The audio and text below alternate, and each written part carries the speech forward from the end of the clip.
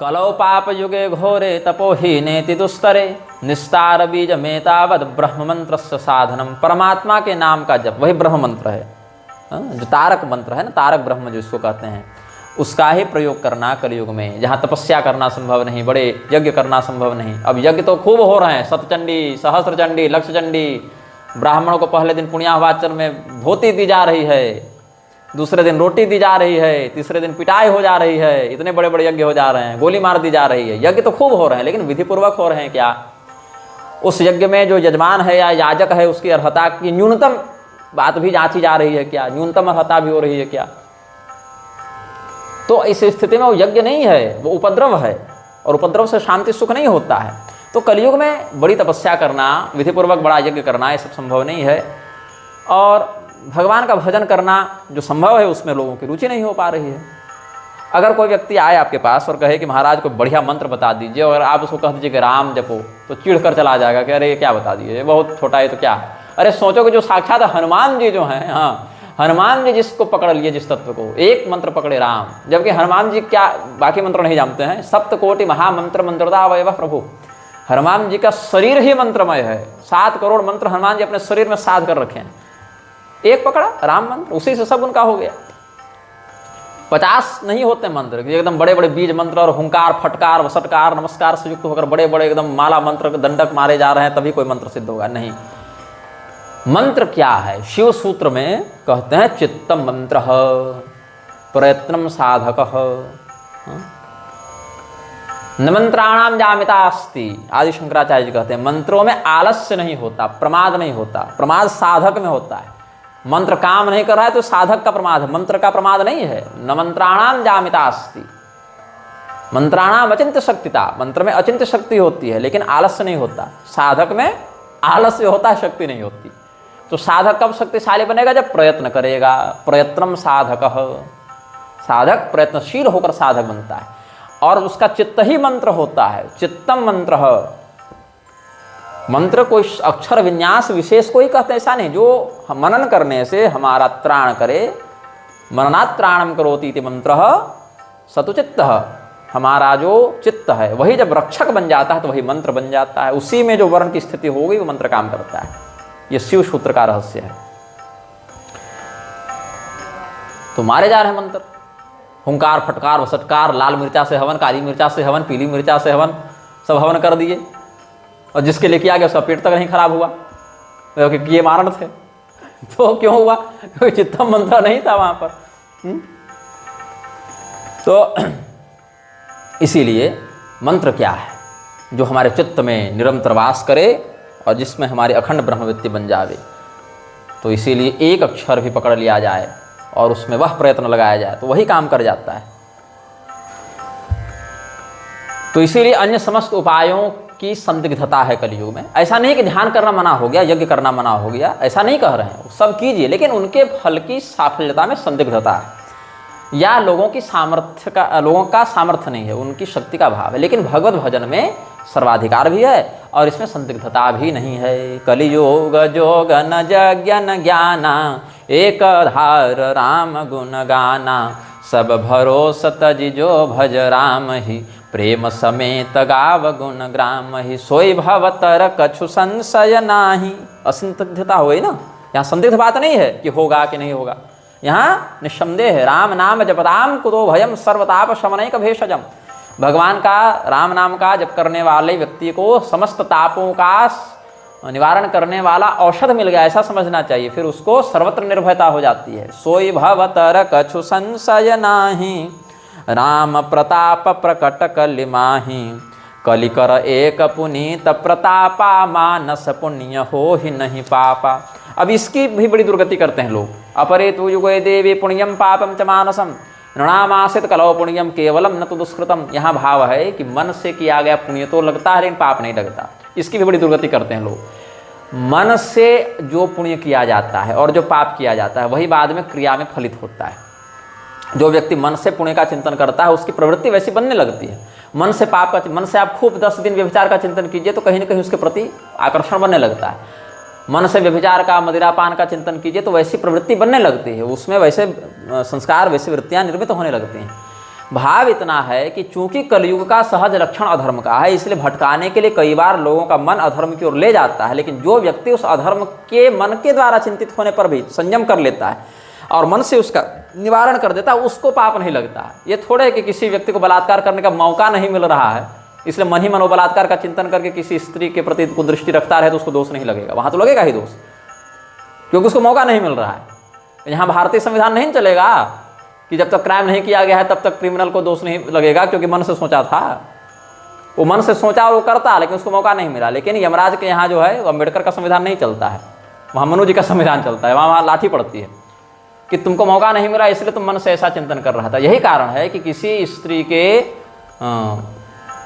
श्रृंगारपरक अंगों को कुदृष्टि से देखना भी पाप ही है, जबकि वहाँ कोई ऐसे सीधी क्रिया नहीं है वैसी व्यभिचार की, लेकिन फिर भी अब आँख है तो दिखेगा। अब देखने के बाद अगर मन भटका और तुरंत आपने नियंत्रण कर लिया तो यहाँ पाप नहीं लगेगा, और वहाँ रस लेने लगे तो पाप लगेगा। तो ये ही विषय है। लेकिन पुण्य का लग जाता है फल। क्यों लग जाता है? क्योंकि जिस स्थान में जहाँ अधर्म का बाहुल्य है वहाँ कम से कम उसकी प्रवृत्ति पुण्य की ओर बन तो रही है, अच्छा चिंतन तो कर रहा है, किसी का अहित तो नहीं कर रहा है, इसीलिए ये विशेषता है यहाँ पर। यहाँ मानस पाप नहीं लगता, इसका अर्थ ये नहीं है कि मन में बैठकर खूब पाप किए जाओ। यहाँ तात्पर्य है कि अगर कदाचित कलयुग के प्रभाव से या संगति के कारण देखकर, किसी को मदिरा पीते देखकर, व्यभिचार करते देखकर, मांस खाते देखकर, अगर कदाचित संगति दोष से, संसर्ग दोष से उसका मन भटक रहा था, तो उसने अगर अपने मन को वश में कर लिया तो भटकाव वाली स्थिति मात्र में उसको दोष नहीं लगेगा। यहाँ ठीक है मन भटक रहा था, लेकिन वो भटका नहीं पूरा, उसने संतुलन कर लिया। लेकिन ये सोचना करे अरे अगर पिताजी हमारे देख लेंगे तो बहुत मारेंगे, अच्छा चलो पिताजी जब ड्यूटी में जाएंगे ना तब यहाँ से हम निकलेंगे ओयो, तो ऐसी स्थिति में उसको पूरा दोष लगेगा।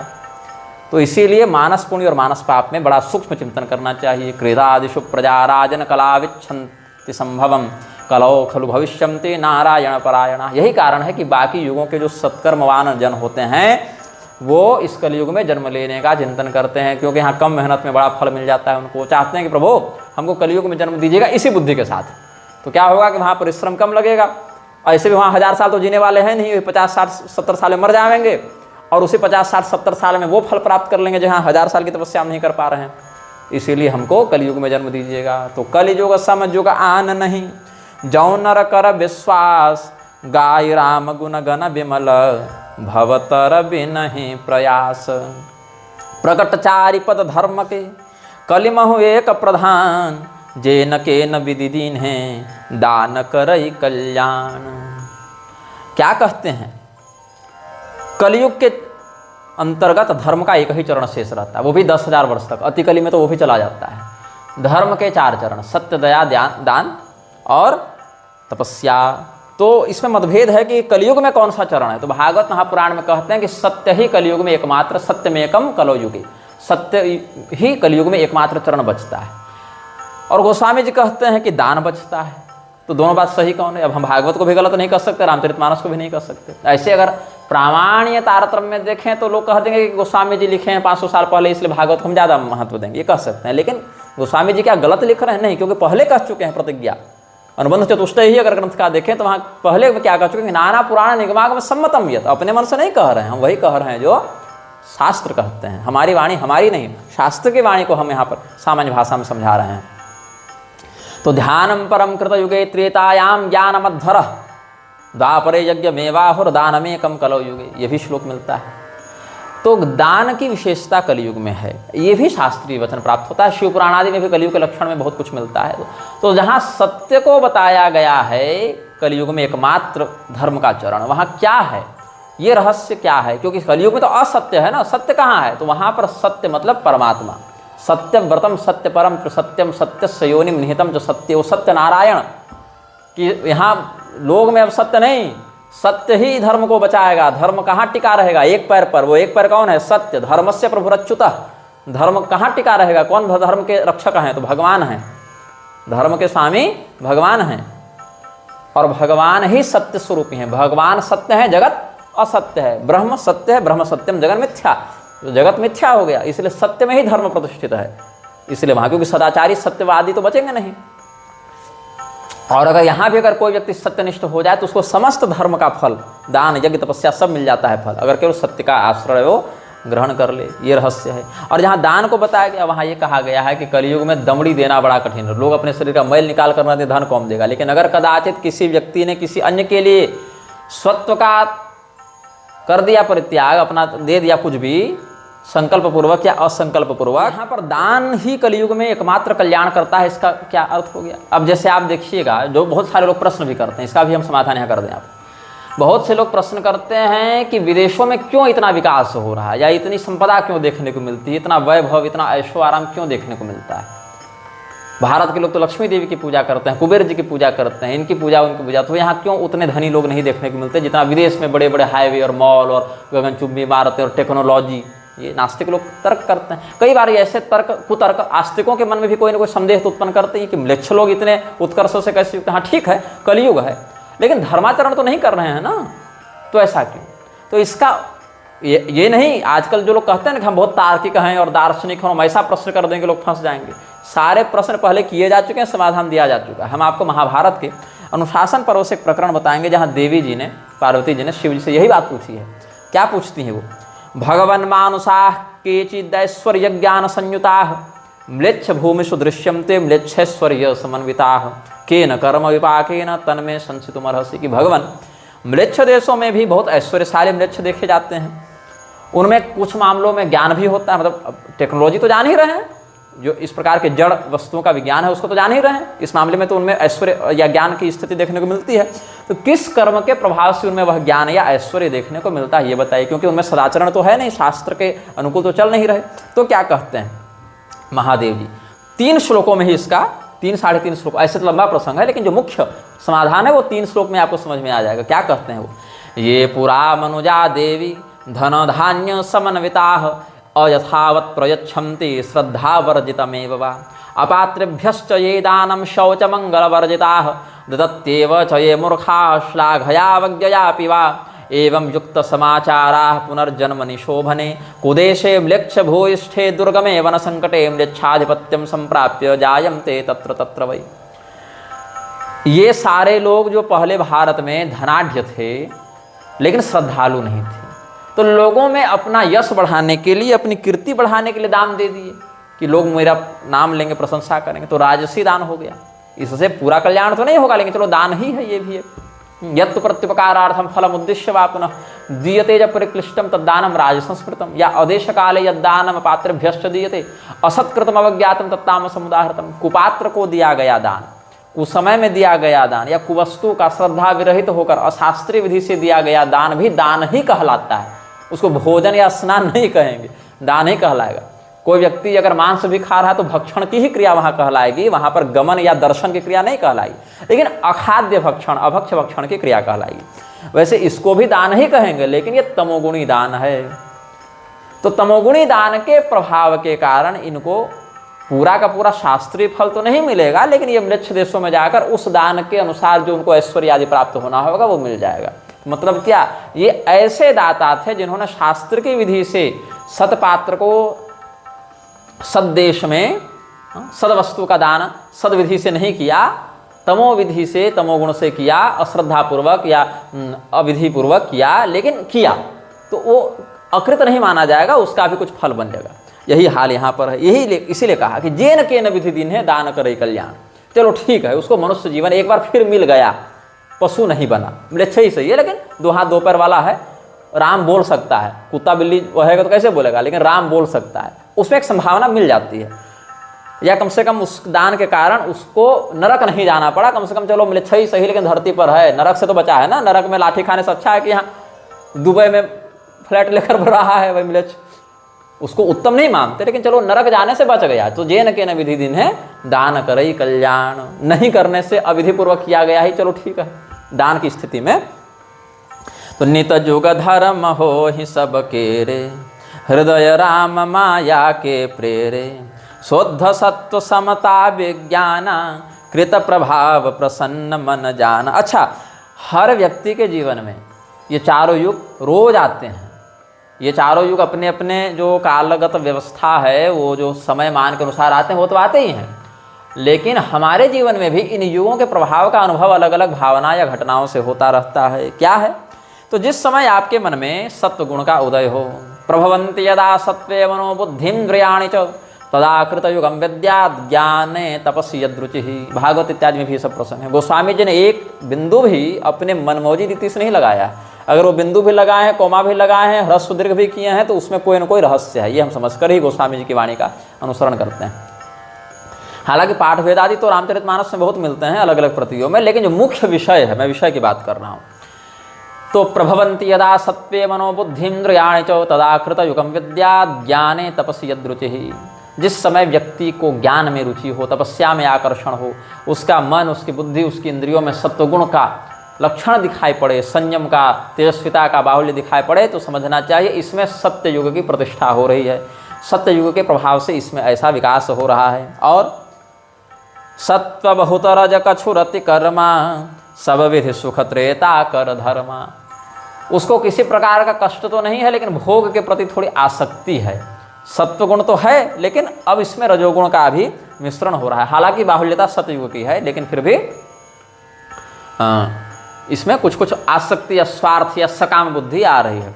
तो यदा धर्मार्थ कामेषु भक्तिर्भवति देहिनां तदा त्रेता रजो वृत्तिरिति जानीहि बुद्धिमन। अब रजोगुण बढ़ जावे, सत्वगुण तो चला गया, लेकिन रजोगुण बढ़ जावे और कुछ कुछ तमोगुण भी घुसने लगे, तब उस व्यक्ति को असंतोष, अधिक मोह, अधिक आसक्ति ऐसा अनुभव होने लगेगा। और कई बार दुख का भी अनुभव होगा अपनी इच्छा की अतृप्ति की अवस्था में। तब जानना चाहिए उसमें द्वापर युग का लक्षण दिख रहा है। बहुरज सत्व स्वल्प कछु तामस। रजोगुण बहुत अधिक हो, सत्वगुण बहुत कम बचा हो, और तमोगुण भी उसमें मिश्रित होने लगा हो।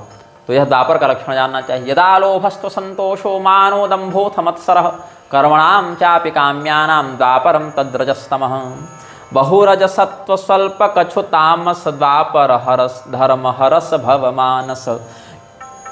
तामस बहुत रजो गुण थोड़ा कलि प्रभाव विरोध चहुरा।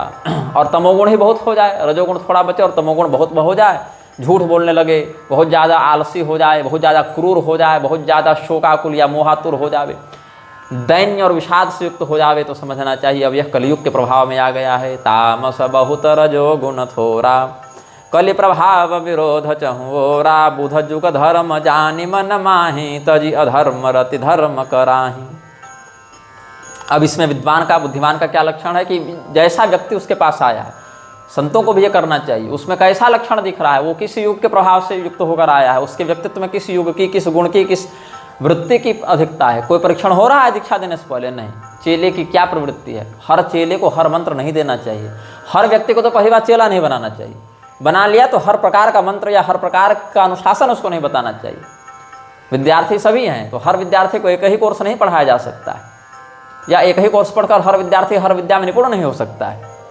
तो उसकी योग्यता, उसकी रुचि, उसके व्यक्तित्व, उसकी अधिकारिता के अनुसार ऐसा निर्णय गुरुजनों को लेना चाहिए, जिसका अभी की स्थिति में मुझे बहुत भयंकर अभाव देखने को मिल रहा है। पहले तो पकड़ो कि वो सत्वगुण से युक्त है कि तमोगुण से युक्त है कि रजोगुण से युक्त है कि सत्ययुगी है कि कलियुगी, उसकी मानसिकता कैसी है। फिर उसके शोधन का प्रयास करना चाहिए। बुध जुग धर्म जानि मन माहि तजी अधर्म रति धर्म कराहि। तब बुद्धिमान लोग क्या करते हैं, उसके जीवन में शोधन करवाकर उसको अधर्म से दूर हटाकर धर्म की ओर लगाने का परिश्रम करते हैं। काल धर्म नहीं व्यापहि ताहि रघुपति चरण प्रीति अति जाहि। नटकृत विकट कपट खगराया नट सेवक ही न व्यापई माया। गरुड़ जी महाराज को काघुसुंडी जी कह रहे हैं, ये सब बातें किसके लिए हैं? जो संसार में व्यक्ति फंसा है, जो भगवत शरणागति प्राप्त हो गया, भगवत शरणागति प्राप्त हो गया, प्रपन्न हो गया, उसको ये सब व्याप्त नहीं होता। वो सदा एक रस। हनुमान जी कलयुग के भी हनुमान ही रहेंगे और सत्युग के भी हनुमान ही रहेंगे। सुखदेव जी कलयुग में भी सुखदेव जी ही रहेंगे, सत्युग में भी सुखदेव जी ही रहेंगे। दत्तात्रेय जी सत्युग में भी रहेंगे, कलयुग में भी। मतलब युग के उच्चावच प्रभाव से उनका व्यक्तित्व या उनकी निष्ठा बाधित नहीं होती, जो पूर्णतया भगवत रूप हो चुका, भगवत शरणागति प्राप्त हो चुका। तो ऐसे व्यक्ति के ऊपर तो ये लागू नहीं होता। जैसे भगवान जादूगर हो गए, और जादूगर जब जादू दिखाता है, अपनी माया दिखाता है, अपने दर्शकों को मोहित करता है, तो भगवान मायापति हो गए, अपनी माया से हमको मोहित कर रहे हैं। तो मायापति का वो क्या हो गया? सेवक हो गया। तो जादूगर की उस जादू में उसका जो सहयोगी है, असिस्टेंट है, उसका जो कर्मचारी है, वो सहयोगी होता है। वो जादू उसका पूरा सेटअप बना के उसको देता है तैयार करके, तो उसको पता है कहाँ क्या व्यवस्था है। तो जब जादूगर अपने उस चमत्कार से और माया जाल से दर्शकों को अचंभित करता है, उनको मोहित करता है, तो वो जो उसका सेवक है वो उस माया के प्रभाव में नहीं आता है, क्योंकि उसको अंदर की व्यवस्था पता है, वो उस जादू का हिस्सा है, मतलब उसके क्रियान्वयन में वो एक सेवा दे रहा है। वैसे ही जो भगवत भक्त हो जाते हैं उनको ये वही होता है। लेकिन अगर जादूगर को ऐसा जादू दिखा दे जो उस सेवक को नहीं पता है, तब ये भी मोहित हो सकता है कदाचित। तो कई बार गरुड़ जी जैसे या सती जी ये सभी मोहित हो जाते हैं। या कई बार जब जादूगर माया दिखाता है तो उसके प्रभाव को व्यक्त करने के लिए जादूगर का जो कर्मचारी हो आ ऐसे करके जनता को प्रभावित करता है कि मतलब बहुत ज़्यादा कोई बड़ा तमाशा दिखा दिया गया हो, कोई बहुत व्यापक इंद्रजाल दिखा दिया गया हो, तो वो भी एक्टिंग करता है अचंभित होने की। तो वैसे ही उससे क्या होता है, प्रभाव बढ़ता है। तो भगवान के जो अनन्य भक्त हैं, ऐसे अर्जुन भी कई बार मैं विषादग्रस्त हो गया हूँ, मैं युद्ध नहीं लड़ूंगा, ऐसा कहने लगते हैं। फिर भगवान कहता है अरे कैसे नहीं लड़ेगा, एक कटोरी फेंको, भीख मत मांगो, धनुष उठाओ, तुम कहाँ ही भीख मांगने जा रहे हो, श्रेयो भोग तुम भक्षों पी लोगे। फिर एक नाटक भगवान करते हैं, एक अर्जुन करते हैं, एक नर है, एक नारायण है, अपना एक सत्संग किए, उससे हम लोग सब लाभान्वित हुए।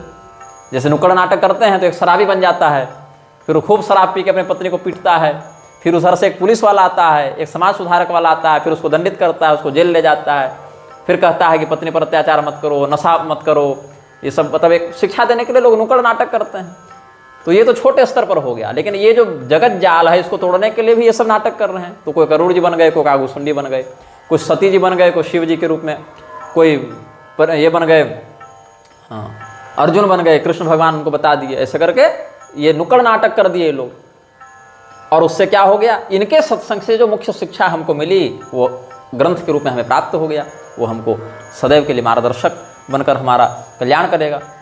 तो यही भाव यहाँ कहते हैं, काल धर्म नहीं व्यापहिताहि, रघुपति चरण प्रीति यति जाहि, नट कृत बिकट कपट खगराया, नट सेवक हिन व्यापै माया, हरि माया कृत दोष गुण, बिनु हरि भजन न जाहि, भजिय राम सब काम अस। यहाँ काम तजी अस विचार मन माहि ऐसा लिखे हैं, और यहाँ उल्टा किए इसलिए थोड़ा पढ़ने में भ्रम हुआ। भजिय राम सब काम तजी, और यहाँ कहते हैं भजिय राम तज काम सब अस विचारी मन माहि। तो दोनों पाठ वेद से थोड़ा भ्रम हो गया मुझे। हरि माया कृत दोष गुण, बिनु हरि भजन न जाहि, भजिय राम तज काम सब अस विचारी मन माहि, तेहि कलि काल बरस बहु।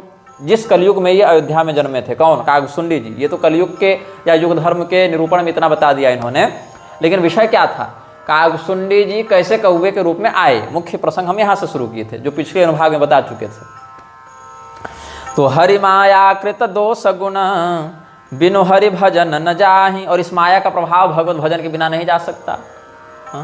माँ में वही प्रपद्यन्ते माया में ताम तरन्ते, अन्य लोग तो नहीं।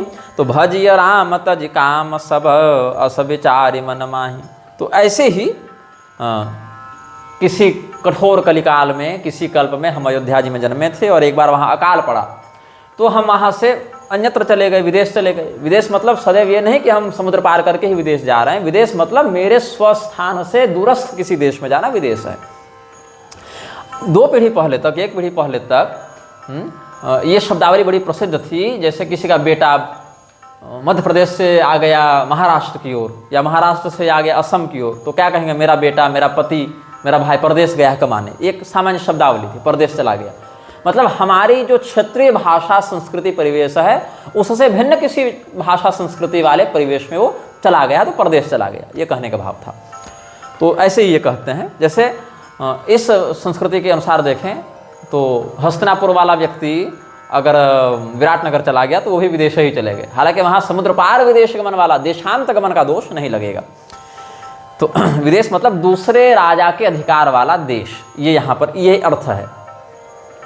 तो तेहि कलि काल बरस बहु, बसेऊ अवध बिहगेश, परे दुकाल विपत्ति बस, तब मैं गयऊँ विदेश। तो कहाँ गए, तो अयोध्या से आए उज्जैन, यही इनका विदेश गमन था। जैसे हमने उदाहरण दिया, तो यूपी से आगे एमपी, उत्तर प्रदेश से मध्य प्रदेश, तो ये हो गया विदेश। तो विदेश क्यों, क्योंकि मध्य प्रदेश की संस्कृति मतलब उज्जैन की संस्कृति या भाषा अयोध्या की संस्कृति और भाषा के बिल्कुल अनुकूल नहीं है, कुछ अंतर है। तो गयऊँ जे निसुनु उरगारी, दीन मलिन दरिद्र दुखारी, गए काल कछु संपत्ति पाई, तह पुण्य करऊ शंभु सेवकाई। उज्जैन चले गए अयोध्या से ही, और पैसा था नहीं, बड़े भूखे प्यासे दरिद्री होकर गए। वहाँ कुछ मेहनत मजदूरी किए, कहीं नौकरी चाकरी किए, कुछ पैसा कमा लिए। कुछ पैसा कमा लिए तो कुछ स्थिति सुधरी, तो उज्जैन में भगवान महादेव का है ही धाम, तो शिव जी की कुछ सेवा भी करने लगा। दुख में सुमरन सब करे तो थोड़ा सुमरन कर लिया। तो उसी शिवालय में कहीं भी, अब ये नहीं कि वहाँ मुख्य ज्योतिर्लिंग में ही, मतलब उज्जैन में शिव जी की सेवा करने लगे, इतना ही तात्पर्य। तो वहीं पर कोई ब्राह्मण थे जो वेद निष्णात थे, उस कलयुग में भी उन्होंने वैदिक धर्म के प्रति अपनी निष्ठा बनाई रखी थी, तो शिव जी की वो पूजा करते थे, उनके अलावा और कोई काम नहीं था। हालांकि वो शिव जी के अनन्य भक्त थे, लेकिन वो अनन्यता के चक्कर में विष्णु भगवान की निंदा नहीं करते थे। अनन्य वास्तव में वही है जो अपने इष्ट का दर्शन सर्वत्र करे। आप विष्णु भगवान को प्रणाम कर रहे हैं और शिव जी के भक्त हैं, और आपको अगर भय है कि हम दूसरे देवता को प्रणाम कर रहे हैं, तो आपकी भक्ति बिल्कुल कच्ची जा रही है। अभी आपको ये सोचना चाहिए कि भगवान महादेव ही पालन करने के लिए विष्णु रूप में प्रकट हैं, इसीलिए मैं विष्णु रूपी महादेव को प्रणाम कर रहा हूँ। यो वै रुद्रस्य भगवान यस्य विष्णुस्तस्मै वै नमो नमः। अथर्वशीर्ष। या नारायणाद रुद्रो जायते, विष्णु भगवान के भक्त होकर शिव जी को प्रणाम कर रहे हैं, तो ये मत सोचिए हम दूसरे को कर रहे हैं। मेरे नारायण से ही यह रुद्र रूप भगवान नारायण ने प्रकट किया है संहार करने के लिए। तो नारायणाद रुद्रो जायते, मेरे नारायण ही रुद्र रूप में अभिव्यक्त हुए हैं, इसलिए रुद्र रूपी नारायण को हम प्रणाम करते हैं, या नारायण रूपी रुद्र को हम प्रणाम करते हैं। ये तो ऐसे ही एक संत यहाँ थे, परमार्थवेत्ता, बड़े सरल स्वभाव के थे। तो विप्र एक वैदिक शिव पूजा करे, सदा तेहि काजन दूजा, परम साधु परमारथ बिंदक, शंभु उपासक नहीं हरि निंदक। ये जोड़कर बताया इन्होंने। तो मैं बड़ी सेवा करता था उनके, लेकिन कपट पूर्वक, स्वार्थ था हमारा कि गुरु जी से कुछ मिल जावे मंत्र तो हम बन जावे करोड़पति। और भगवान क्या पता नहीं मेरी कुंडली में योग दिए हैं कि लगभग हमको मेरे जीवन में ऐसे ही लोग मिले हैं कि तेहि सेवहु मैं कपट समेता, द्विज दयाल अति नीति निकेता। और ये जो पंडित जी थे, ये उतना माने मतलब रखते नहीं थे किसी से कि कौन कपटी है कौन सज्जन है। भैया ठीक है आए हो, वो हमसे बड़ा प्रेम करते थे, और जैसा अपने पुत्र के प्रति उनका स्नेह था वैसे मेरे प्रति स्नेह था, तो मुझे भी उपदेश किया करते थे। जैसे अपने बेटे को अच्छा ज्ञान देते थे वैसे मुझे भी दे दिया करते थे। और मैं, जबकि मेरी विनम्रता बाहरी विनम्रता थी, अंदर से मैं कपटी था, लेकिन गुरुजी उतना ध्यान नहीं दिए। ठीक है आए हो, विनम्रतापूर्वक व्यवहार कर रहे हो, तो जो ज्ञान हो देते रहते थे। तो बाहिज नम्र देखे मोहि साई, विप्र पढ़ाव पुत्र की नाई। तो इसी समय कुछ ऐसा संजोग बना कि शिव जी का मंत्र दे दिया, दीक्षा दे दी। उपदेशो हि मूर्खाणाम प्रकोपाय न शांतये, पयःपानम भुजंगानाम केवलम विषवर्धनम। ये नीति वाक्य बच्चों को सुभाषित में ही पढ़ा दिया जाता है।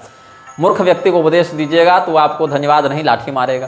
तुम ज़्यादा तेज बन गया हमसे, ये जानते हैं कि नहीं? ये वाली कथा बता ही देते हैं प्रसंगों से। उपदेशो ही मूर्खाणाम प्रकोपाय न शांतये, कब बोलना पड़ा नीतिकारों को। एक चिड़िया ने कहीं किसी वृक्ष में बड़े परिश्रम से घोंसला बनाया था, आप भी जानते हैं कि नहीं ये वाला?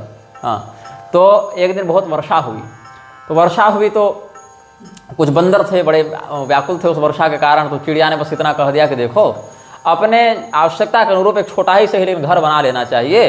अगर आज तुम्हारे पास घर होता, मैं चिड़िया हूँ छोटी सी, मेरा पास छोटा घोंसला है, तो मुझे कोई दिक्कत नहीं हुई। और आप लोग तो इतने बड़े बड़े हैं, आप लोग अगर कहीं अपने लिए कोई घर बनाए होते या गुफा इत्यादि कुछ कर लिए होते प्रबंध, तो इस वर्षा से आपको पीड़ा नहीं होती। तो बंदरों ने क्या कहा, तुम्हारे पास घर है इसका घमंड है, तुमको ज़्यादा तेज बनी हो। उस बेचारे का घोंसला भी तोड़कर फेंक दिया। तो मूर्ख व्यक्ति को उपदेश देने से उसके कोप का आप भागी बनेंगे, उसके धन्यवाद या कृतज्ञता के भागी नहीं बनेंगे। और इसका अनुभव भगवान हमको हर 2 महीने 4 महीने में कराते रहते हैं। और फिर भी मेरी कुमति देखो या कुंडली का कुछ दुर्योग देखो या प्रारब्ध देखो कि मैं सुधर नहीं पाता हूँ, मैं ठुकरा नहीं पाता हूँ। कई बार प्रयास भी करके किसी को कहता हूँ मैं तुमको नहीं बताऊँगा, जाओ, तो बाद में अपने ही बुरा लगने लगता है कि क्यों उसको ऐसा कह दिया।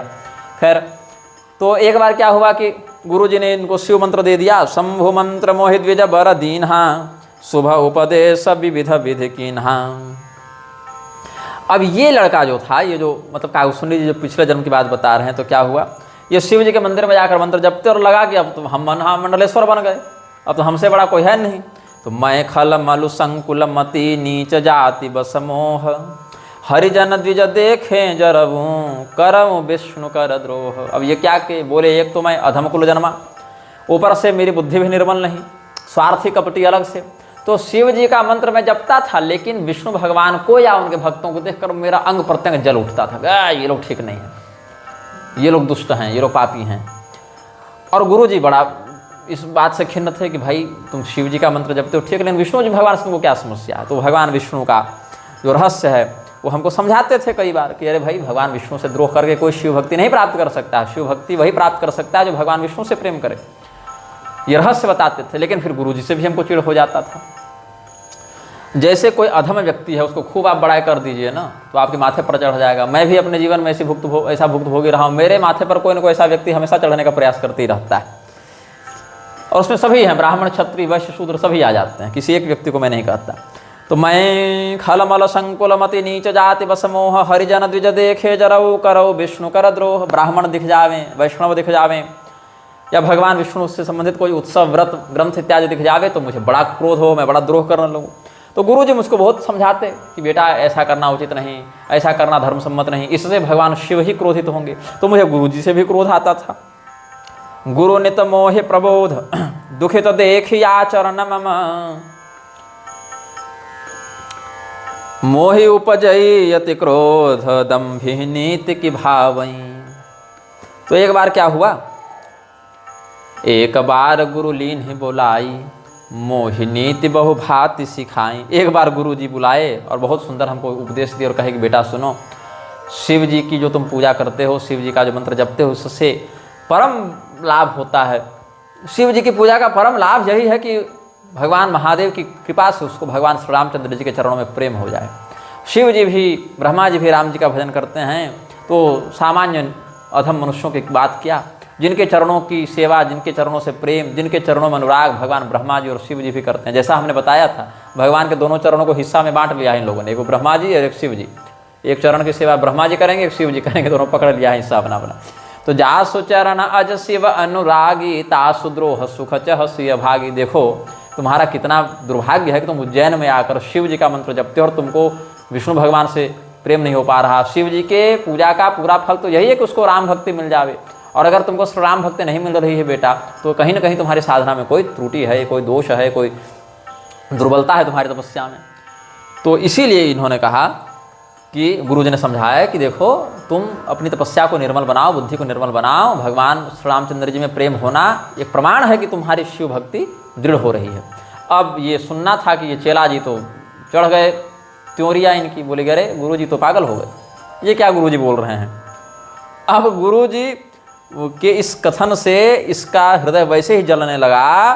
अधम जाति में विद्या पाए भयं जथा अहि दूध पियाएं। अब जिस ज्ञान को गुरु जी ने सैकड़ों जन्म शूद्र वर्ण में रहकर अपना कर्म किया, फिर सैकड़ों जन्म वैश्य वर्ण में रहकर अपना सत्कर्म किया, फिर सैकड़ों जन्म क्षत्रिय रहकर अपना किया, फिर सैकड़ों जन्म ब्राह्मण रहकर कर्म किया अपना, और उस तपस्या, चारों वर्णों की संयुक्त तपस्या से जब उनको ये ज्ञान मिला, अब मैं अधम जाति में तुरंत आया या अभी एडमिशन हुआ और चाहूँ कि मैं भी वही जान जाऊँ, तो कैसे समझ में आएगी बात। अभी तो मुझे पहले ढंग से शूद्र बनना है, वहाँ जब मैं पास हो गया, वहाँ जब मैं सफल हो गया शूद्रोचित करते हुए में, तब मुझे वैश्य बनना है, वहाँ जब हो गया तब मुझे क्षत्रिय बनना है, वहाँ हो गया तब ब्राह्मण बनना है, फिर जन्मना ब्राह्मण से तपोनिष्ठ ब्राह्मण, विद्यानिष्ठ ब्राह्मण, तब न जाकर ये शिव जी और विष्णु जी का रहस्य समझ में आएगा।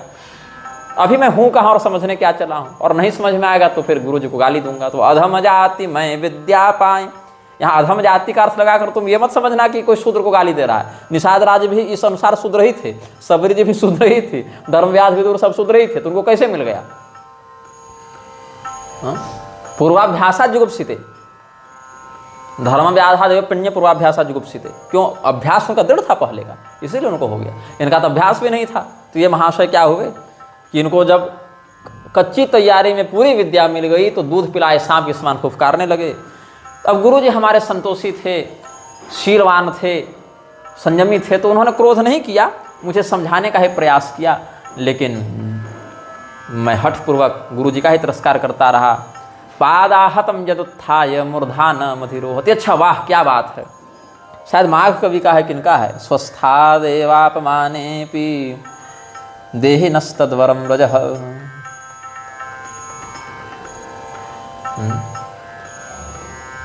धूल को आप पैर से मारिएगा तो रज, इसमें देखिए, रज मग पवरी निरादर रहई सब कर पद प्रहार नित सहई। रास्ते में धूल पड़ी हुई है, धूल की कोई सामर्थ्य नहीं, कोई महत्ता नहीं। आप चले जा रहे हैं, लाखों लोग उस पर पैर रख कर चले जा रहे हैं, लेकिन जब हवा चलती है तो धूल उड़ने लगती है, और जब धूल उड़ेगी तो कहाँ जाकर गिरेगी? वो किसी मंदिर में किसी मूर्ति पर भी रख सकता है, उसका किसी देवता के माथे पर भी गिर सकती है वो धूल, हाथी पर बैठे राजा के ऊपर भी गिर सकती है, जबकि आपके पैर के नीचे वो धूल थी। लेकिन जब वो उड़ेगी तो कहाँ जाकर गिरेगी, इसको कोई नहीं संभाल सकता। वो चाहे देवता के माथे पर गिर जावे, चाहे राजा के माथे पर गिर जावे, चाहे कहीं गिर जावे। ऐसे ही जो पवन के समान समदर्शी लोग होते हैं संतजन, वो इस प्रकार के लोगों को प्रोत्साहित नहीं करते हैं। क्यों नहीं करते? बुद्धिमान लोग बुध नहीं करे ही अधम कर संगा, क्योंकि फिर वो उड़ेगा और फिर कपार पर जाकर बैठेगा, माथा पर बैठेगा। तो उदासीन नित रहे गोसाई। अच्छा, उससे क्या है ना प्रेम करना अच्छा है, ना दुष्टता शत्रुता करनी अच्छी है। प्रेम करोगे तो भी दिक्कत, कुसंगति से प्रेम क्यों, और दुष्टता करोगे तो क्या है? काटे चाटे स्वान के उभय भांति विपरीत। कुत्ता आपको आकर चाटे चाहे काटे, कुत्ता का क्या बिगड़ना है? आप ही को दिक्कत है। मतलब सज्जन को, बाकी तो देवालय में कुत्ता लेके घुसे जा रहे हैं लोग। बाप को 4 बजे भोजन मिल रहा है, लेकिन कुत्ते को 3 बजे मिल जा रहा है। बाप मर रहे हैं कि हमको पैरासीटामोल ला दो, चाहे महासुदर्शने पिला दो भैया, लेकिन कम से कम हमको कुछ औषधि दे तो मेरा बुखार उतर जावे, ठंडा जल का एक तो सेंकी पट्टी ही लगा दो। लेकिन नहीं, कहा है तो कुत्ता को वैक्सीन दिलाने ले गए हैं। तो ये तो हाल है कलयुग में। नहीं, सज्जनों की बात करता हूँ। कहते हैं कि उदासीन नित रही गोसाई, खल परि हरि स्वान की नाई। तो क्या हुआ, एक बार शिव जी के मंदिर में बैठकर वही जप रहा था ये मंत्र। गुरु जी आए, तो गुरु जी को आया हुआ देखकर अभिमान के कारण फिर आ गए, फिर आके विष्णु भगवान की प्रशंसा करेंगे, या जो भी भाव आया होगा मन में, और गुरु जी का सम्मान नहीं किया। अब देखो, बात ऐसी है कि गुरु जी के आने पर सम्मान करना एक अनिवार्य विषय है, वहाँ विकल्प नहीं है। वहाँ ये नहीं कर सकते कि आप गुरु जी का सम्मान कीजिए कि मत कीजिए, कि मन है कि नहीं है। नहीं, गुरु जी आए तो आप उनका सम्मान करने के लिए कर्तव्यबद्ध हैं, जिसको आजकल कानूनी भाषा में ड्यूटी बाउंड कहा जाता है, कि आप उस पद पर हैं तो ये करना आपका कर्तव्य है। आपकी इच्छा वहाँ नहीं चलेगी। माता पिता गुरु और बहुत से मामलों में राजा या ऐसे कोई महनीय व्यक्ति के आने पर उनका सम्मान करना कर्तव्य है। अब सम्मान कैसा होगा ये परिस्थिति पर निर्भर है, सामर्थ्य पर निर्भर है। यदि गुरुजी और आप समान गांव में रहते हैं तो प्रतिदिन आपको उनके पास जाकर उनको प्रणाम करना है, खुद स्वयं जाकर। यह नहीं कि गुरुजी वीडियो कॉल में आइए तो जरा दिखना है, प्रचरणियाँ करने हैं, ऐसा नहीं। समान ग्राम में रहने वाले शिष्य के लिए कर्तव्य है कि गुरु का प्रतिदिन जाकर सशरीर अभिवादन करे। दूर गांव में है तो गांव की दूरी के अनुसार 2 दिन 4 दिन 1 सप्ताह, मतलब जो भी है। और अगर अति दूर हैं तो मतलब वही है कि दूरी के अनुसार फिर 6 महीना में, साल भर में, या जब भी जैसी बात। और अगर कोई ऐसी स्थिति है जहाँ शिष्य व्याख्यान कर रहा है व्यासपीठ से, तो उस समय गुरु जी का खड़े होकर अभिवादन करना मना है। प्रसंग की समाप्ति पर्यंत किसी को भी प्रणाम व्यासासन पर बैठा दीक्षित व्यक्ति नहीं कर सकता है। तो उस स्थिति में क्या करेगा? तो मानसिक सम्मान करेगा, मन से प्रणाम करेगा। और जो शिष्य और जो गुरु इस मर्यादा को जानते हैं वो नज़रों से ही समझ जाएंगे कि मेरा सम्मान हो गया। मतलब ये नहीं कि अलग से कोई, जैसे आजकल मैं देखता हूँ चापलूसी के चक्कर में कूद के मंच से और वहीं पर दंडवत लौट जाते हैं, और कई बार नेताओं के भी आने पर ऐसा कर देते हैं। तो जो गुरु और शिष्य इस मर्यादा को जानते हैं वो नज़रों से ही पता चल जाएगा कि शिष्य की नज़र में सम्मान है कि नहीं, और गुरु की नज़र में आशीर्वाद है कि नहीं। इसके लिए कोई अलग से ताम झाम की आवश्यकता नहीं। अथवा किसी ऐसे मंत्र जप आदि में आप बैठे हुए हैं, जैसे हम लोग भी जब हमारा अभिषेक हुआ था, फिर हम गुरु जी के सानिध्य में पूर्णाभिषेक से पहले, शाक्ताभिषेक और पूर्णाभिषेक के बीच में जो पुरस्करण कर रहे थे, वही बार गुरु जी देखने आते थे, क्योंकि जंगल था, बाघ इत्यादि घूमते रहते थे, तो सुरक्षा के लिए भी बीच बीच में आधा 1 घंटा 2 घंटा में आकर देखते रहते थे। तो गुरु जी के आने पर उठकर खड़ा होकर तो प्रणाम नहीं करते थे, क्योंकि जपना है तो बस माथा ऐसे झुकाकर या आँख से ही वो करके कर लेते थे। तो उतने से क्रियापूर्ण है। भाव है कि हृदय में गुरु के आने पर सम्मान का भाव है कि नहीं। फिर जब उठे तो अपना विधिवत जो करना है, सेवा सत्कार गुरु के अनुरूप मर्यादा से वो किया जाएगा। तो गुरु का सम्मान होना ये मुख्य विषय है। सम्मान शारीरिक है कि वाचिक है कि मानसिक है कि दृष्टिगत है, वो गुरु और शिष्य के आपसी संबंध और क्रिया में संलिप्तता पर वर्णन है। जैसे गुरु जी बैठकर जप कर रहे हैं तो शिष्य भी जाकर पैर छूकर प्रणाम नहीं कर सकता, क्योंकि वहाँ गुरु जी का शरीर न्यास से आबद्ध है। गुरु जी हवन कर रहे हैं, वहाँ शिष्य जाकर ऐसे नहीं छू सकता है। गुरु जी स्नान कर रहे हैं, भोजन कर रहे हैं, तो ये नहीं कि गुरु जी का चरण छुएंगे तभी प्रणाम होगा। तो बहुत से ऐसी स्थिति हैं जहाँ गुरु जी का भी पैर छूकर सीधे प्रणाम आप उस समय नहीं कर सकते हैं, या अपने आसन का परित्याग भी आप खुद नहीं कर सकते हैं स्वयं। तो ऐसी स्थिति में गुरु और शिष्य के हृदय में एक दूसरे के प्रति जो मर्यादित व्यवहार होना चाहिए वही वहाँ प्रधान होता है। लेकिन यहाँ उस व्यवहार का ही अभाव था। यहाँ इस प्रसंग से ये नहीं समझना चाहिए कि गुरु जी जब आवे तो खड़ा ही हो जावे। भाव है कि खड़ा होना वहाँ पर शास्त्रोचित है तो खड़ा होकर करे, नहीं अगर वैसी उपलब्धता या अनुकूलता है तो नज़र से माथा झुकाकर या और किसी अन्य भाव से, अब एक हाथ में माला है तो कैसे ऐसे कर लें, तो ऐसे करके प्रणाम कर लिया जाए गुरु जी को, तो उतने में भी गुरु संतुष्ट है। तो इसीलिए क्या कहा यहाँ पर ग्रंथकार ने इस प्रसंग में, गोस्वामी जी कह रहे हैं कागभूषुंडी जी के माध्यम से कि यहाँ तो गुरु जी का हृदय से ही सम्मान नहीं था, क्योंकि गुरु जी का जो सम्मान है वो तो उसी समय चला गया जिस दिन इन्होंने विष्णु भगवान की प्रशंसा कर दी, राम जी की भक्ति का महात्म्य बता दिया और शिव जी को राम जी का भक्त बता दिया, उसी दिन से गुरु जी का सम्मान चला गया था। तो इसीलिए गुरु जी का सम्मान किया नहीं। एक बार हर मंदिर जपत रहे शिव नाम, गुरु आयव अभिमानते उठी नहीं कीन्ह प्रणाम। अभिमान के कारण प्रणाम नहीं किया, ये बात है। और गुरु जी जो हैं दयालु, समदर्शी, संतोषी, उनको कोई दिक्कत भी नहीं, अच्छा ठीक है कोई बात नहीं, न उनके मन में कोई ईर्ष्या हुई, न कोई क्रोध आया, न कोई शाप आदि की प्रवृत्ति हुई। लेकिन शिव जी अब थक चुके थे इसकी दुर्वृत्ति से, बोले अब नहीं। शिवे रुष्टे गुरुस्त्राता गुरु रुष्टे न कश्चन, बहुत जगह ये वर्णन है, बहुत जगह। अगर शिव जी क्रोधित हो जाए तो गुरु जी बचा लेते हैं, लेकिन गुरु जी ही क्रोधित हो जाए तो कोई नहीं बचा पाता फिर। तो सो दयाल नहीं कहे कछु उरन रोष लवलेश, अति अघ गुरु अपमानता सही नहीं सके महेश। अब यद्यपि कलयुग था, कलयुग में देवता इतने प्रत्यक्ष नहीं होते, लेकिन सोचे शिव जी में क्या लगा होगा शिव जी को कि उस कलयुग में भी वो इस प्रकार से मतलब प्रत्यक्षवत शाप देने लगे। तो गुरोरवज्ञाम यह कश्चित कुरुते ज्ञान दुर्बल न तस्य नरकान मुक्ति कल्पाम ते भविष्यति। जो मूर्ख व्यक्ति स्वयं ज्ञानी होने का दम्भ करते हुए लेकिन होता ज्ञान दुर्बल है, गुरु का तिरस्कार करता है, उसको कल्पांत में भी नरक से मुक्ति नहीं होती, ये कहने का भाव है। इसीलिए जो यज्ञ करने बैठा है उस याजक का, शास्त्र विधि से यज्ञ करने बैठा उस याजक का, यज्ञ का जो अपनी कन्या का या कन्या जिसको दान दी गई है दामाद का जो सत्कर्म में रत है, और जो सज्जनों का गुरु का निंदक होता है वो नरक जाता है। प्रयाजानाम मखानाम च कन्यानाम सुहृदांस तथा साधूनाम च गुरुणाम च दूसका साधुनाम गुरुणाम च दूसका निरयगामिनः। यहाँ पर लगता है चरण मिश्रित हो गया दोनों का। खैर, तो यही जो दुर्व्यवहार था इस व्यक्ति का, जो कागभूषुंडी जी का पिछला जन्म बता रहे हैं, शिव जी देख न सके ये अनीति, वहीं से आकाशवाणी होती है कि अरे मूर्ख, अरे अभागे, तुम्हारे गुरु जी संत हैं, वो क्रोधित नहीं हुए, तुमको तो होना चाहिए विवेक कि गुरु के प्रति कैसा व्यवहार होना चाहिए। वो तुम्हारे गुरु जी कृपालु हैं, दयालु हैं, संतोषी हैं, सहनशील हैं, वो ठीक है, उनको कोई दिक्कत नहीं हुई, कोई उनको नहीं रहा। लेकिन जाओ, अगर मैं तुम्हें दंड नहीं दूंगा तो मेरा ही वेद मार्ग भ्रष्ट हो जाएगा, क्योंकि शिव जी वेद शिव शिवो वेद, वेद और शिव जी में कोई अंतर नहीं है। वेद शिव जी का ही व्याख्यान करते हैं और शिव जी वेदों के रूप में ही शब्द ब्रह्म के रूप में ऋषियों को अनुभूत होते हैं अलग अलग मंत्रों के माध्यम से। तो अगर मैं इस प्रकार की अनीति को भी सहन कर जाऊं तो फिर वैदिक मार्ग की रक्षा कौन करेगा? मैं ही वेद स्वरूपी हूँ। इसलिए ये दंड देना तो अनिवार्य है। जो गुरु से ईर्ष्या करते हैं वो करोड़ों युगों तक नरक में पड़े रहते हैं, फिर पशु पक्षी इत्यादि बनते हैं, फिर वहाँ भी 10,000 जन्म तक। ये सब उपलक्षण है, ये नहीं कि करोड़ और 10,000 ही, मतलब दीर्घ काल तक। ये यहाँ पर अर्थवाद है कि दीर्घ काल तक वो रहते हैं, यही तात्पर्य है समझाने का। ये नहीं कि 1 करोड़ हो गया तो अब कम या अधिक, वैसा नहीं। ये इन संख्याओं का अर्थ है कि बहुत समय तक, मतलब कल्पनातीत काल तक वो कष्ट ही भोगते रहते हैं। यही है, तुम गुरु के सामने अजगर के समान एकदम मदमस्त लेटे रहे, तुम्हारी बुद्धि पापमय हो गई है। अघासुर भी अजगर बन के आया था ना, इसकी बुद्धि अघ से युक्त हो गई है। तुम जाओ सर्प बन जाओ और किसी वृक्ष की कोटर में ऐसे पड़े रहो। तो बैठी रहे सी अजगर इव पापी, सर्प हो खल मल मति व्यापी, महाबिटप कोटर मह जाई, रहु अधमाधम अघ गति पाई। अधगति पाई, अधम गति पाई, ये अधोगति को अधगति वो ग्राम्य ग्राम्य कर दिया इन्होंने। अब गुरु जी को बहुत कष्ट हुआ कि मेरे शिष्य को इतना दारुण शाप मिल गया।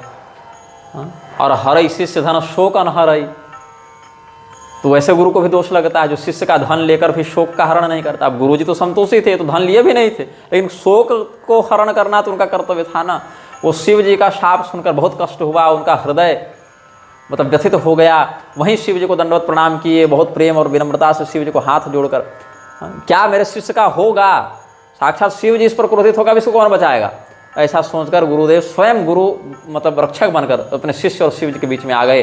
प्रणाम किया शिव जी को, हाहाकार कीन्ह गुरु दारुण सुनि शिव शाप, कंपित मोहि विलोकयति उर उपजा परिताप। करि दंडवत सप्रेम द्विज, शिव सन मुख कर जोरी, विनय करत गद गद स्वर, समुझि घोर मति गति मोरी। तो बड़ी सुंदर स्तुति है, अलग अलग तंत्रों और पुराणों में ये स्तुति दी हुई है। कहीं महानिर्वाण तंत्र में है, कहीं स्कंद पुराण में है, कुछ पद्म पुराण में है। अलग अलग स्तुतियों को यहाँ पर गोस्वामी जी ने पिरोया है। पहले हम उन स्तुतियों को जो पौराणिक और तांत्रिक हैं उनको सुन लेते हैं, और अर्थ लगभग आप समझ जाएंगे। और नहीं समझ पाएंगे तो आप समझ लीजिए कि शिव जी की लगभग लीलाओं का और शिव जी के लगभग महात्मा का, जो अलग अलग ग्रंथों में और शास्त्र में भगवान कैसे परमात्मा हैं, शिव जी कैसे समों के माता पिता, जगन्नाथ विश्वनाथ जगन्नियमता हैं, कैसे उनकी कृपा से व्यक्ति का उद्धार होता है, कैसे समस्त देवताओं के आराध्य हैं, ये सब जो शिव जी की महिमा अलग अलग कथाओं और प्रसंगों में आप सुनते आ रहे हैं, उन्हीं बातों का यहाँ वर्णन है। शिव जी का स्वरूप कैसा है, निर्गुण में, सगुण में, कैसे बाघंबर पहनते हैं, कैसे गौर वर्ण के हैं, कैसे देवी जी बाएं भाग में है, कैसे चंद्रमा है, सर्प है, त्रिशूल है, नंदीश्वर है, ये सब जो शिव जी का एक आप सामान्य बोध रखते हैं, वही सब स्तुतियाँ हैं, लेकिन अलग अलग छंदों और शब्दावलियों में। नमस्ते सते सर्वलोकाश्रयाय, नमस्ते चिते विश्वरूपात्मकाय, नमो द्वैत तत्वाय मुक्ति प्रदाय। द्वैत से पहले अवग्रह है, नमो अद्वैत तत्वाय है। नमो द्वैत तत्वाय मुक्ति प्रदाय, नमो ब्रह्मणे व्यापिने निर्गुणाय।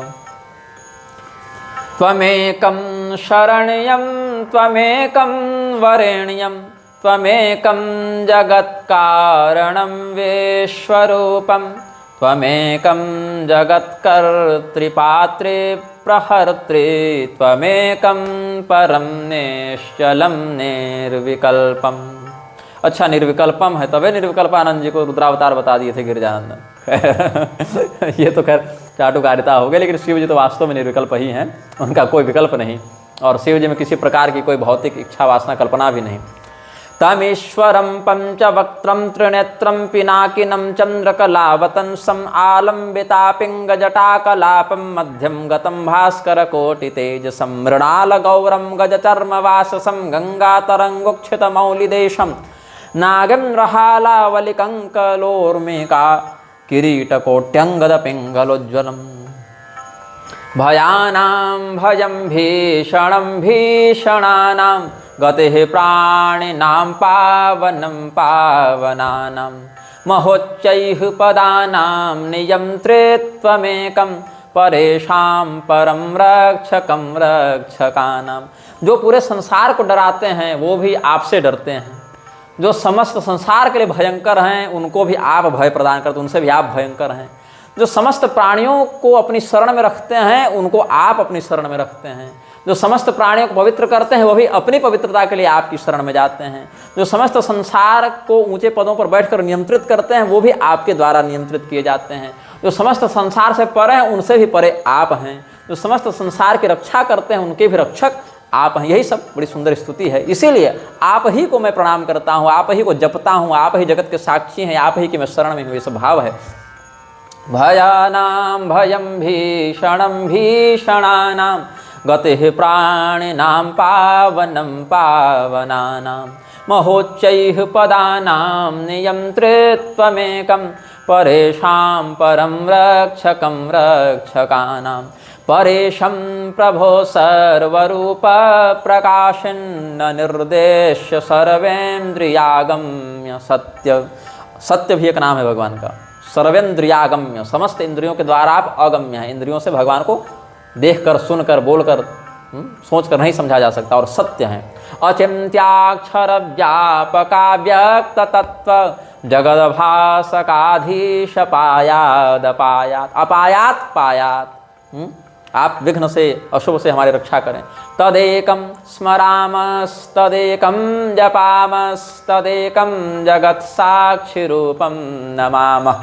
तदेकं निधानं निरालंबमीशं भवाम्भोधिपोतं शरण्यं व्रजामः। ऐसे करके दंडवत प्रणाम किया गुरु जी ने। दंड प्रणामः सततं नमामः। जयेति वाचात् तदुक्तवानहं दासोऽस्मि भृत्योऽस्मि पुरस्ते सदा भक्तिं न जाने न च भावमुत्तमम्। निरंतरम मामिह चागतो हर प्रपाहि वैतम शरणम प्रपन्नम। अलग अलग श्लोकांशों को, पूरा पूरा श्लोक तो नहीं, मुख्य मुख्य विषय को टीकाकार ने स्पष्ट कर दिया है अलग अलग ग्रंथों से। और गोस्वामी जी ने इन्हीं भावों का यहाँ पर प्रस्तुतिकरण करके रुद्राष्टकम लिखा है, जो आप सभी लोग कई बार सुने भी हैं, इसलिए हम केवल एक सामान्य पाठ कर देते हैं। और इसकी व्याख्याएं भी आप लोग सब अनुवाद इत्यादि से जानते हैं, बहुत सारे लोग इसको पढ़ते भी हैं नित्य नैमित्तिक कार्यों में अपने। और बड़ा सुंदर मंगलकारी स्तोत्र भी है, मंत्र स्वरूप है। नमामि शमीशान निर्वाण रूपम विभुं व्यापकं ब्रह्म वेद स्वरूपम निजं निर्गुणं निर्विकल्पं निरीहं चिदाकाशमाकाशवासं भजेऽहं। निराकारमोङ्कारमूलं तुरीयं गिराज्ञानगोतीतमीशं गिरीशं करालं महाकालकालं कृपालं गुणागार संसार पारं नतोऽहं। तुषाराद्रिशङ्काशगौरं गभीरं मनोभूतकोटि प्रभाश्री शरीरं स्फुरन्मौलिकल्लोलिनी चारुगंगा लसद्भालबालेन्दुकण्ठे भुजंगा चलत्कुण्डलं भ्रूसुनेत्रं विशालं प्रसन्नाननं नीलकण्ठं दयालं मृगाधीशचर्माम्बरं मुण्डमालं प्रियं शङ्करं सर्वनाथं भजामि। प्रचण्डं प्रकृष्टं प्रगल्भं परेशम् अखण्डम् अजं भानुकोटे प्रकाशं त्रयः शूलनिर्मूलनं शूलपाणिं भजेऽहं भवानीपतिं भावगम्यं।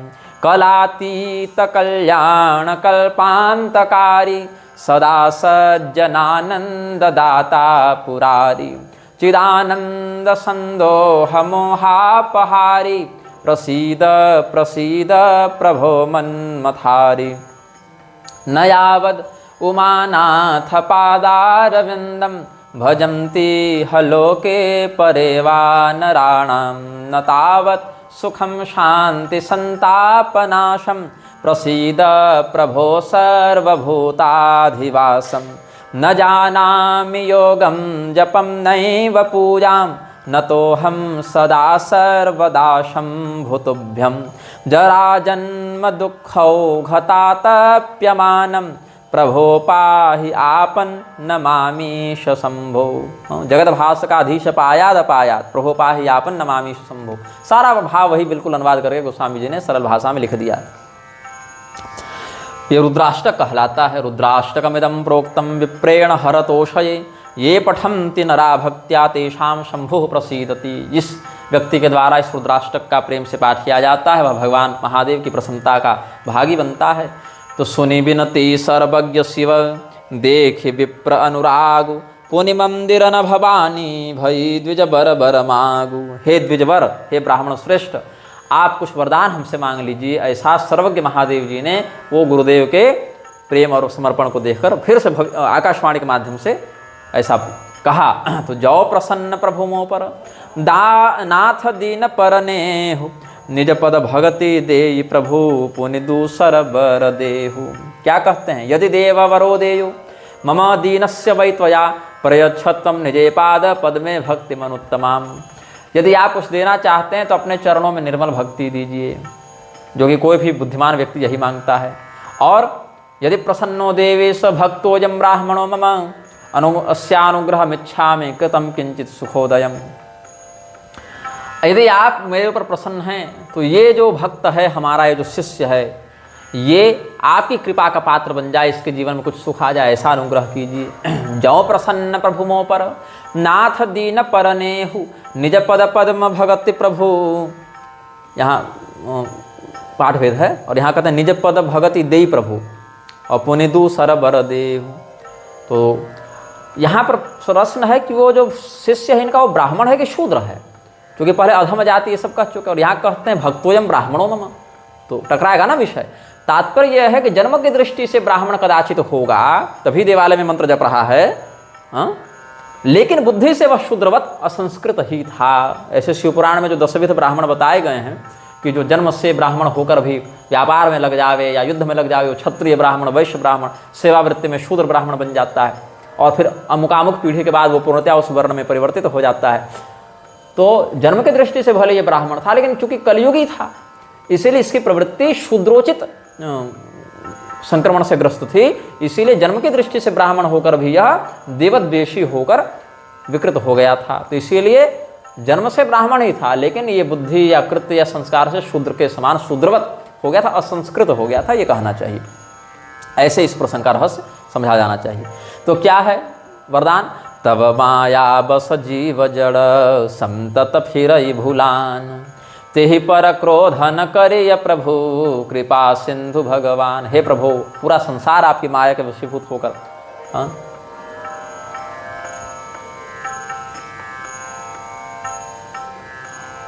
कैसे तो एक श्लोक है,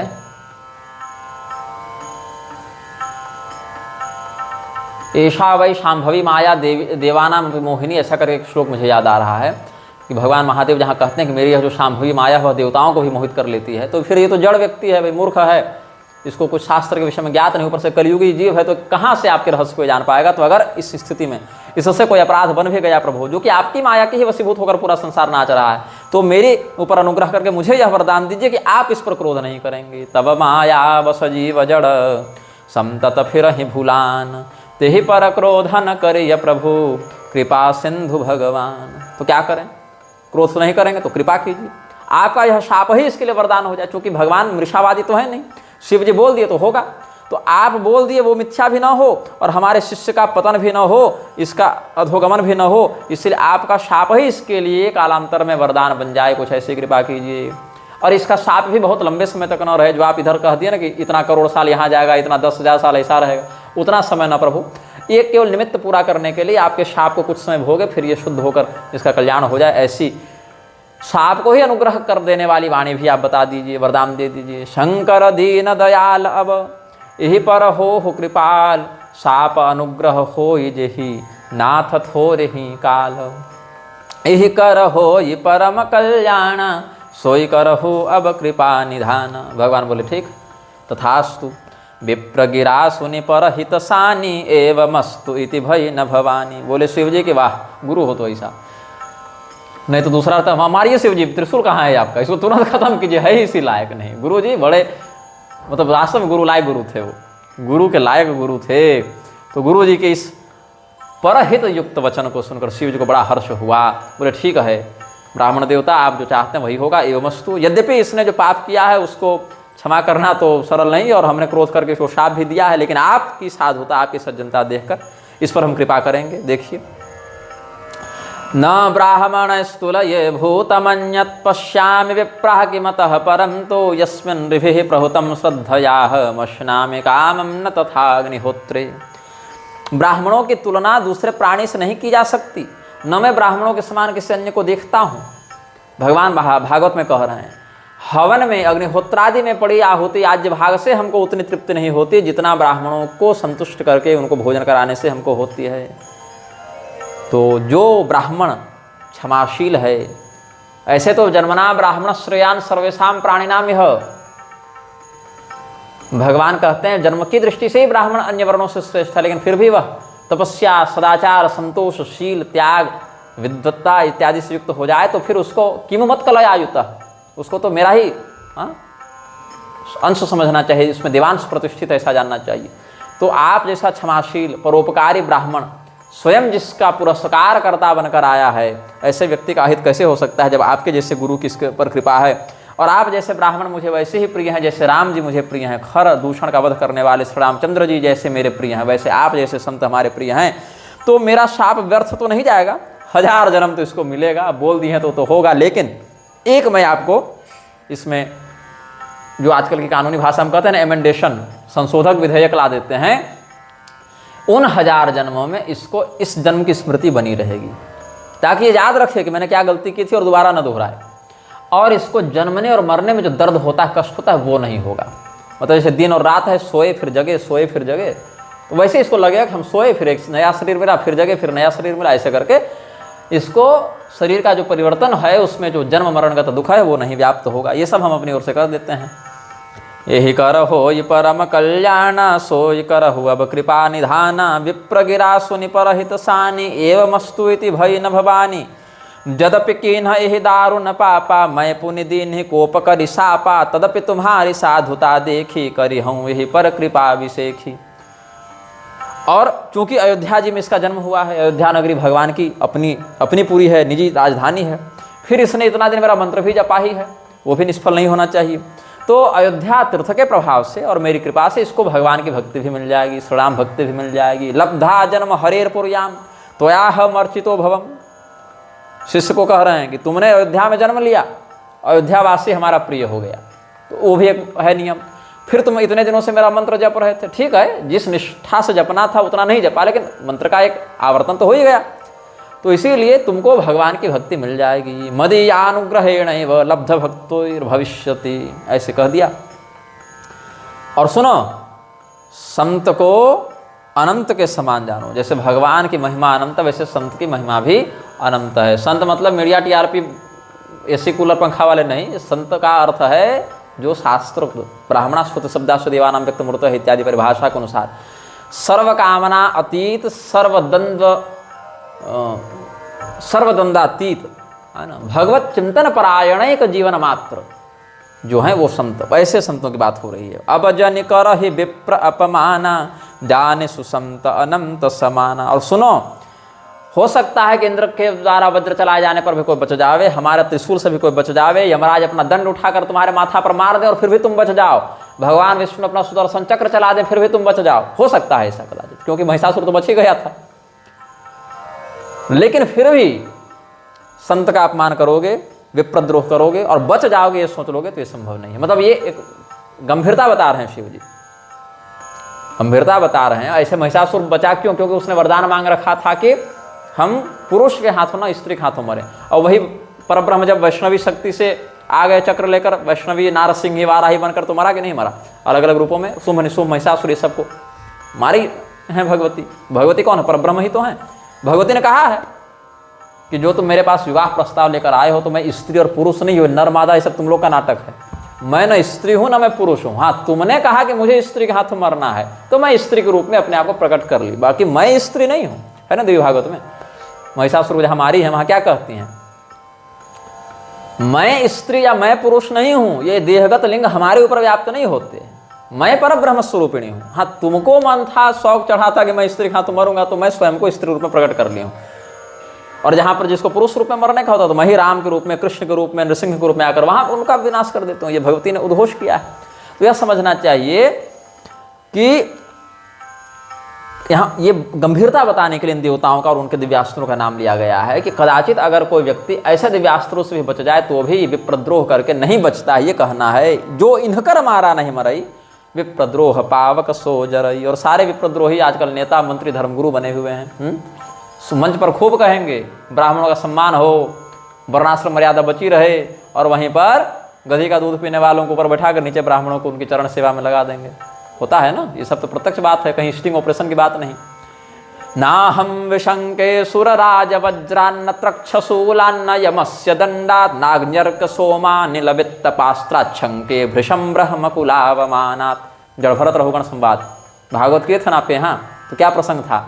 जड़भरत जी के ज्ञान का संकेत प्राप्त होते ही कि नहीं नहीं ये कोई सामान्य व्यक्ति नहीं, ये तो कोई तत्वज्ञानी है। रहुगण कूद पड़ा पालकी से और कहता है कि आप कौन है बताइए। देवराजेंद्र वज्र लेकर आ जाएं, यमराज कालदंड लेकर आ जाएं, शिव जी त्रिशूल लेकर आ जाएं, अन्य देवता अपने अपने अस्त्र लेकर आ जाएं, तो भी हम उनसे भयभीत नहीं होंगे।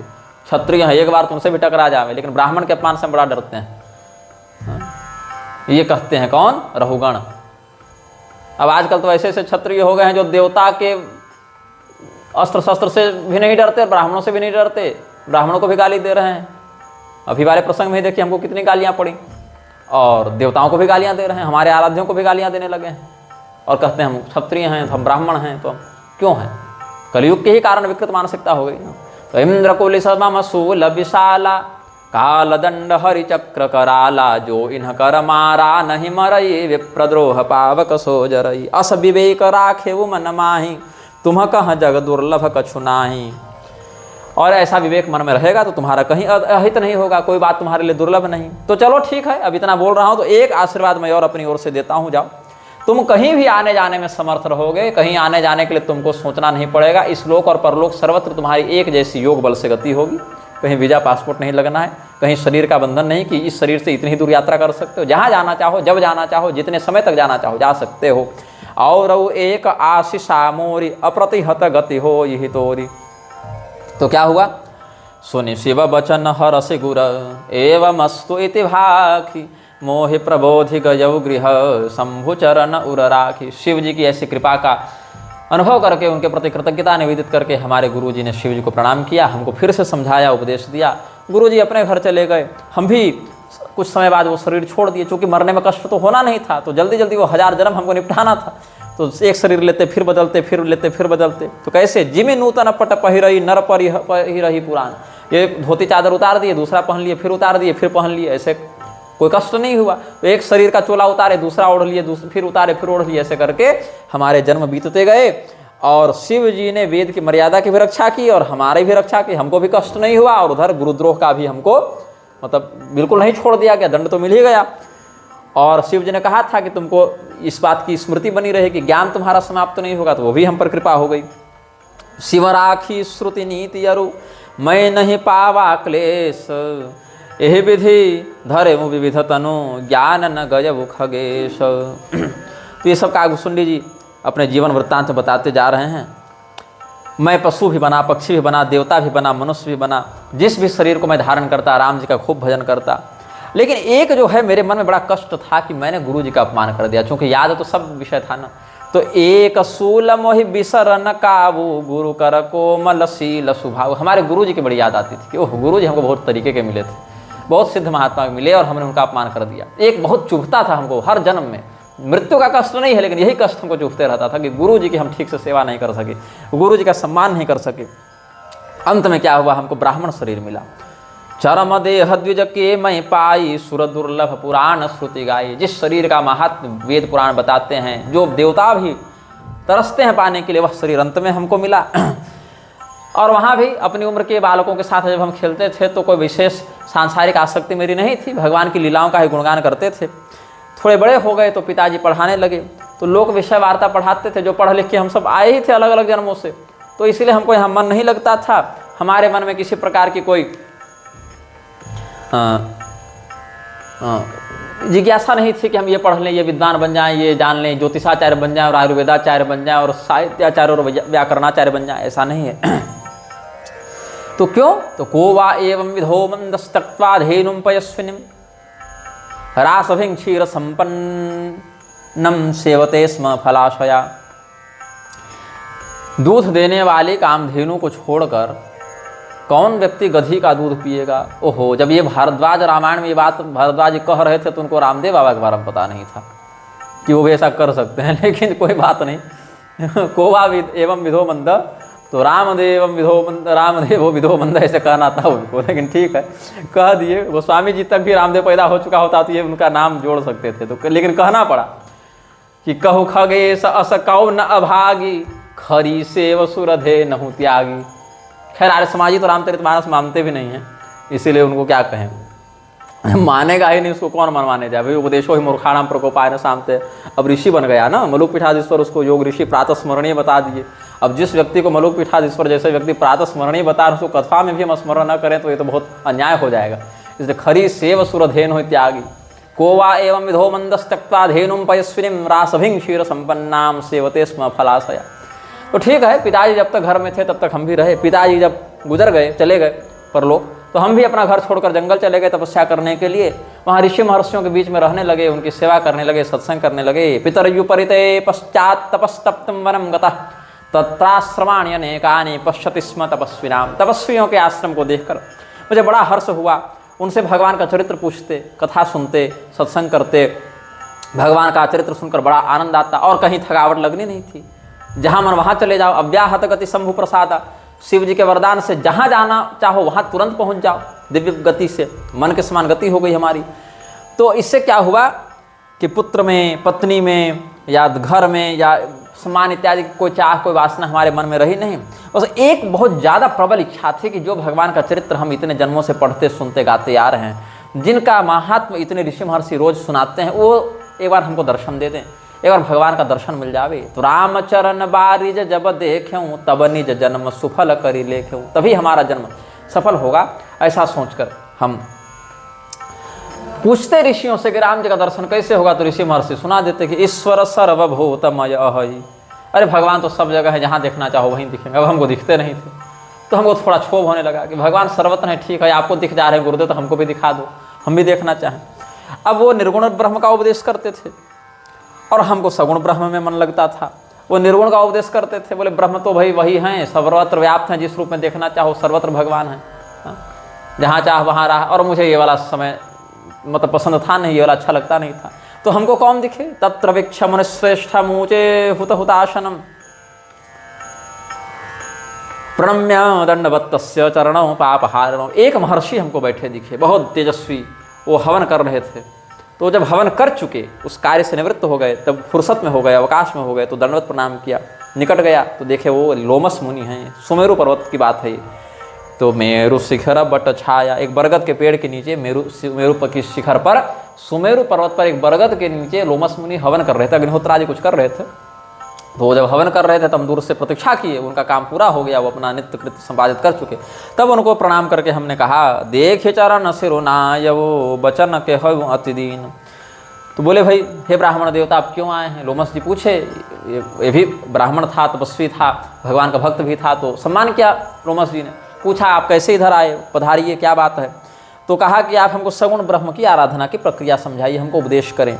तब मैं कहा कृपा निधि तुम सर्वज्ञ सुजान, सगुण ब्रह्म अवराधन मोहि कहूँ भगवान के। गुरुदेव भगवान हमको आप सगुण ब्रह्म का उपदेश कर दीजिए। तो लोमस मुनि को बड़ा आनंद हुआ। ऐसे लोमस मुनि भी लोमस रामायण के वक्ता हैं, उनकी भी एक रामायण है, बल्कि लोमस रामायण में ही वो प्रताप भानु वाली कथा वर्णित है, जहाँ तक हमको याद आ रहा है। कुछ शिव संहिता में भी है, एक यौगिक शिव संहिता अलग है और एक आगम में, रामायण ही उसमें पूरी वर्णित है। एक शिव संहिता, एक उमा संहिता, और भगवान की कृपा से थोड़ा थोड़ा हमारे पास दोनों ही प्राप्त है, शिव संहिता और उमा संहिता। जो रामायण वाली है वो भगवान की कृपा से हमको मुख्य प्रारूप, मतलब उसमें लगभग हमारे पास जो प्रारूप होगा उसमें 1,500-2 हज़ार श्लोक तो होंगे ही, इतना तक प्राप्त है मेरे पास।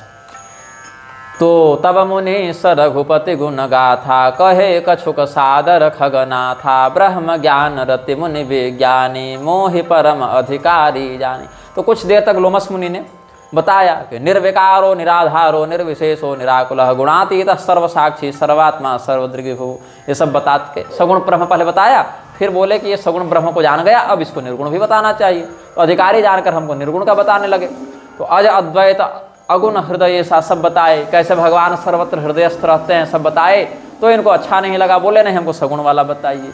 तो विविध भांति मुनि मोहि समुझावा, निर्गुण मत मम हृदय न आवा।